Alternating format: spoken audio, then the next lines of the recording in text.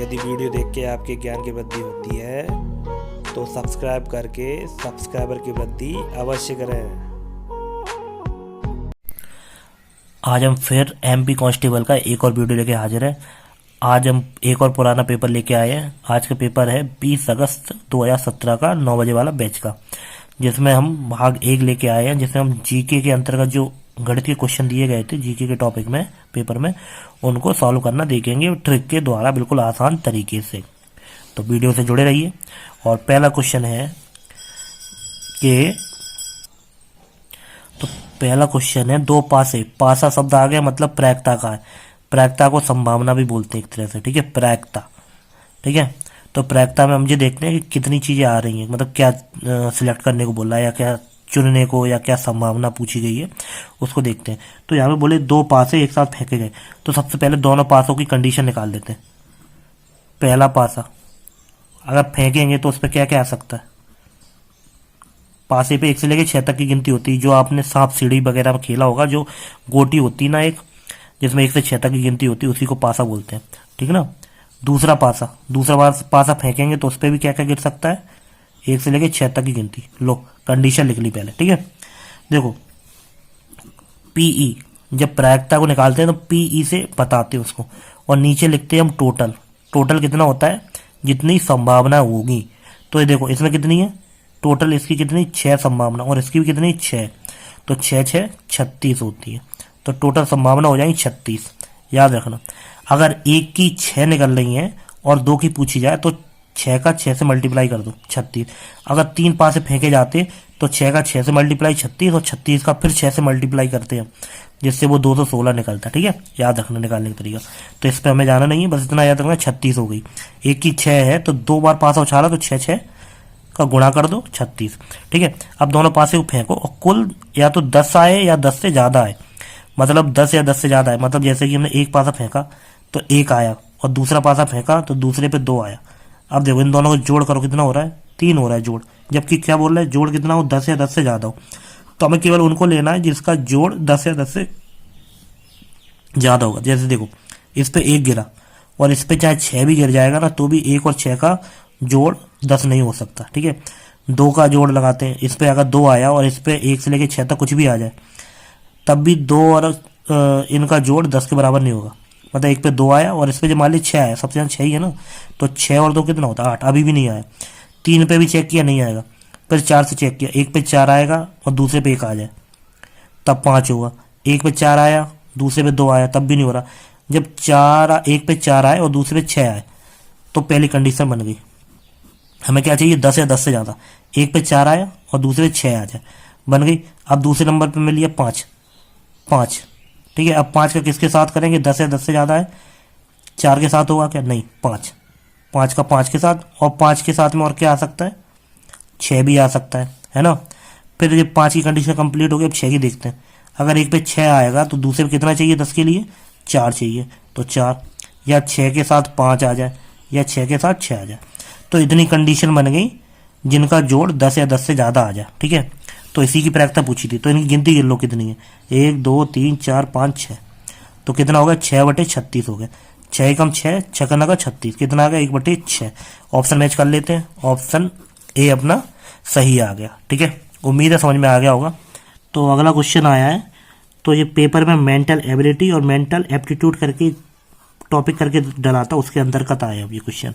ठीक है, तो इसमें देख लेते हैं। इसमें जो क्वेश्चन दिया है इसका सरलीकरण करो। सरलीकरण होता है मतलब इसको सॉल्व करो। तो हमें इसका सॉल्व करने का पहला तरीका क्या है, इसको देख लो इसमें क्या हो रहा है। ये 2 संख्याएं और दोनों संख्या के बाहर स्क्वायर लगा है, मतलब एक फॉर्मूला बनता है a माइनस बी का होल स्क्वायर बराबर a square B square minus 2ab।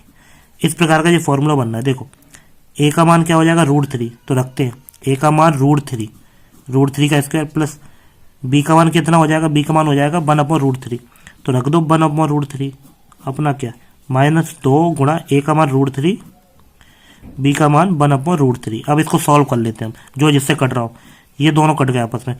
देखो इस रूट के ऊपर स्क्वायर चढ़ाओ तो याद रखना स्क्वायर से रूट कैंसिल हो जाता है, कितना बचा 3 बचा, प्लस फिर यहाँ पे भी वही रूट से स्क्वायर कैंसिल हो, कितना बचा 1/3, माइनस ये दोनों कैंसिल हो गए, कितना बचा 2। इतना कुछ बच रहा है। अब इसको हम सॉल्व कर लेते हैं। तो देखो 3 में से 2 जाएगा, कितना बचेगा? 1 प्लस 1/3 बचा।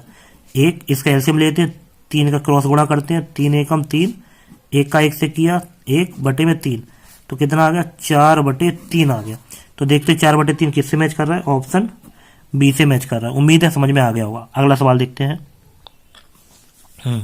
तो स्क्रीन पे अगला सवाल है आयु से संबंधित। और देखो ध्यान दिया होगा इन पेपर में आयु के सवाल बहुत आ रहे हैं, आयु के, औसत के, प्रायिकता के सवाल बहुत आ रहे हैं। ठीक है, इनको अच्छे से कर लो बस। तो देखते हैं इसको। देखने में बहुत खतरनाक लग रहा है पर कुछ भी नहीं है, अभी निपट जाएगा। सबसे पहले वर्तमान पे चलते हैं। वर्तमान में एक पिता की आयु पुत्र की आयु की 3 गुनी है।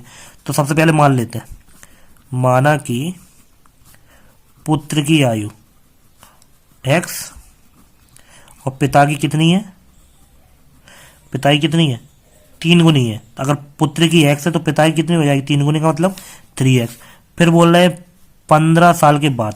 तो भैया लो 15 साल के बाद मतलब दोनों में 15 जोड़ देते हैं। तो x + 15 और 3x + 15। 15 साल बाद का मतलब हो रहा है प्रेजेंट में भी इतनी है, तो 15 साल बाद कितनी होगी? दोनों 15 ही तो जोड़ोगे। जोड़ दिया। तो बोले 15 साल के बाद पिता की आयु पुत्र की आयु की 2 गुनी होगी। 2 गुनी होगी। अगर ऐसा कोई सवाल आए पिता पुत्र में जिसमें बोल दिया जाए कि 2 गुना होगा, 3 गुना होगा, 4 गुना, कुछ भी बोला जाए, तो याद रखना ये काम किस में कर देना? 2 गुना, मतलब 2 का गुणा किस में करना है? जो छोटा हो उसके में करना। तो छोटा कौन है? पुत्र। ये पिता है, बराबर लगा देना, और जो छोटा हो उसी में उसका गुणा होगा, याद रखना, तभी आंसर आएगा। कर दिया। अब सॉल्व करके x का मान निकाल लेते हैं। 2 का x में 2x, 2 का 15 में 30, बराबर ये दोनों सेम टू सेम। ठीक है, x वाला इधर लाओ, संख्या वाला उधर ले जाओ। तो 2x - 3x बराबर 15, 30 उधर पहुंचेगा, माइनस का हो गया, ये घट के हो गया -x, ये बचेगा -15, माइनस से माइनस कैंसिल, x का मान आ गया 15। मान 15 आ गया। किसकी पूछिए? पिता की आयु क्या होगी? तो पिता की आयु देख लेते हैं। x का मान 15 है, इसमें रख दो मान, तो रख देते हैं 3 × 15, 15 3 45 वर्ष। पिता की उम्र कितनी है? 45 वर्ष। तो उत्तर कौन सा सही है? सी नंबर का सही है। ठीक है, अगला सवाल देखते हैं। तो अगला सवाल आया अपनी स्क्रीन पे, ये दिशा वाला सवाल आया। तो दिशा वाला सवाल जब भी आया कि बोल रहा है कि 4 किलोमीटर उत्तर की ओर चला, ऐसा कोई भी आए, तो सबसे पहले दिशा वाला सवाल है, दिशाएं बना लो। सबसे आसान तरीका है इसको करने का, दिशाएं सिलेक्ट कर लो। यहाँ पे हो गई नॉर्थ। नॉर्थ माने क्या होता है? उत्तर, साउथ, ईस्ट, वेस्ट। ठीक है, कर दिया। अब जो सवाल चलेगा वैसे हम अपन भी चलेंगे। यहाँ बोला एक व्यक्ति है 4 किलोमीटर उत्तर चलता है, 4 किलोमीटर उत्तर, तो चलाते हैं। यहाँ पे कोई व्यक्ति खड़ा है, यहाँ पे चला उत्तर जरा ऊपर, तो ये मान लीजिए ये चलेगा कितना? 4 किलोमीटर चल गया। ठीक है, यहाँ पहुँच गया अभी यहाँ पे। ठीक है, फिर वो क्या कर रहा है? फिर वो दाहिनी ओर मुड़कर 3 किलोमीटर और चलता है, तो यहाँ पहुँच गया। अब दाहिना किधर होगा? सीधा हाथ इधर चला, कितना? 3 किलोमीटर चला, लो चल गया। ये इसकी प्रारंभिक स्थिति हो गई, ये अंतिम स्थिति हो गई। तो जब पूछा उसके आरंभ और अंतिम बिंदु के बीच की दूरी कितनी? ये प्रारंभ, ये अंतिम है, तो इन दोनों के बीच की दूरी पूछी है। ऐसा कुछ डायग्राम बन गया। अब बताना, यहाँ पे 90 डिग्री बनना होगा। तो मान पूछा है इसका, अगर हम नाम भी दे दें तो नाम क्या दे देंगे? ABC। तो AC का मान पूछा उसने, कितना AC का मान? तो याद रखना, अगर 90 डिग्री टाइप का बनना है तो इसमें हमेशा पाइथागोरस लगेगा, याद रखना। अगर ट्राइंगल, त्रिभुज बन रहा है तो देखो अपने को पता है पाइथागोरस में क्या होता है। पाइथागोरस में क्या होता है? सबसे बड़ी भुजा का स्क्वायर, मतलब कर्ण का स्क्वायर, बराबर लंब का स्क्वायर और आधार का स्क्वायर, ऐसे चलता है। तो इसमें हम मान रख देते हैं बस। AB का मान कितना है? AB का मान है 4, तो 4 का स्क्वायर। BC का मान कितना था? 3, 3 का स्क्वायर कर दिया। आगे बढ़ते हैं, 4 चौको 16, 3 त्रिका 9। फिर आगे बढ़े, AC स्क्वायर बराबर होगा 25, और AC बराबर स्क्वायर इधर पहुंचा दो। स्क्वायर अगर दूसरी साइड पहुंचेगा तो रूट में पहुंचेगा, तो रूट 25 का मान होता है 5। तो उनके बीच की प्रारंभ और अंतिम पॉइंट के बीच की दूरी कितनी होगी? 5 किलोमीटर होगी। उत्तर मैच कर लेते हैं। कौन सा मैच हो रहा है? बी नंबर का। उम्मीद है समझ में आ गया होगा। अगर वीडियो समझ में आ रहा हो तो सब्सक्राइब करना मत भूलना। अगला सवाल, तो अगला सवाल देख लेते हैं। अगला सवाल लिखा है 60 प्रेक्षणों का माध्य 66 है। यहाँ पे माध्य दिया है, तो माध्य से घबराने की जरूरत नहीं है। माध्य का मतलब होता है जो औसत है, उसी को हम माध्य बोलते हैं, याद रखना। तो 7 प्रेक्षणों का माध्य 66 है। सबसे पहले ये काम कर लो, 60 का गुणा 66 में करके टोटल निकाल लो। तो वही करते हैं, 60 का गुणा 66 में कर लिया, टोटल निकाल लिया जितना भी होता है। 0 छक्का 36 6 3, ये हो गया। ठीक है, टोटल निकाल लेना, हमेशा याद रखना। जब भी माध्य दिया है माध्य का गुणा संख्या में करके निकाल लो, क्योंकि इसकी जरूरत पड़ती है हमेशा। फिर आगे क्या बोला कि प्रेक्षण ने 24 की जगह पे 42 लिख दिया। मतलब 24 लिखना चाहिए था और उसने कितना लिख दिया, 42 लिख दिया। तो इसका मतलब है घटा दो, 24 चाहिए था और उसने 42 लिख दिया गलती से, मतलब ज़्यादा लिख दिया। ज़्यादा लिख दिया तो मतलब जो एवरेज है वो 66 से थोड़ी सी कम आएगी, याद रखना। देखो ट्रिक बता दो सबसे पहले, देखो 24 को उसने 42 लिख दिया, मतलब कितने का अंतर पड़ रहा है, अगर घटाओगे 18 का अंतर पड़ रहा है। मतलब उसने जो है ना इसमें 18 ज़्यादा लिख दिया, बस केवल 18 अंक। तो अब सीधी सी बात है, 18 ज़्यादा का मतलब होता है जो 18 बचा इस 18 में संख्या का भाग दे दो 60 का। देखो अभी निकलेगा, 60 का भाग दे देते हैं। 60 का भाग दे दिया तो कितना आएगा, पॉइंट लगाया या 0 बढ़ाएगा। अब देखते हैं 36 18 0.3 करके कुछ आ रहा है, 0.3।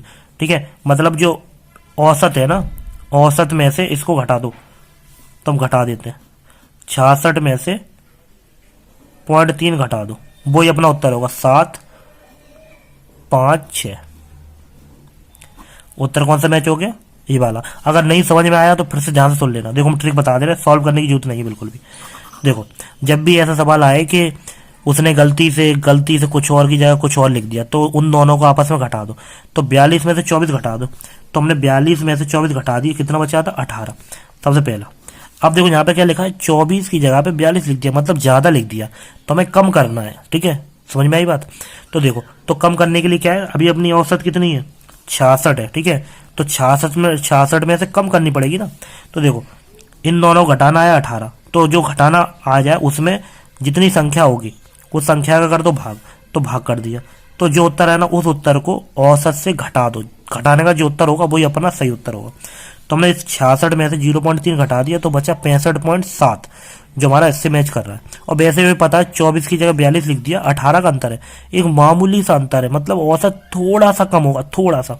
तो 4 ऑप्शन में से 66 के करीब कौन सा है, थोड़ा सा कम, 65.7 है। ऐसे भी हम समझ सकते थे। उम्मीद है समझ में आ गया होगा। आगे का अभी थोड़ी देर पहले भी रखा था, कर दिया। सॉल्व करके एक्स का मान निकालो, उस एक्स के मान को इसमें रख देंगे, आंसर अपना आ जाएगा।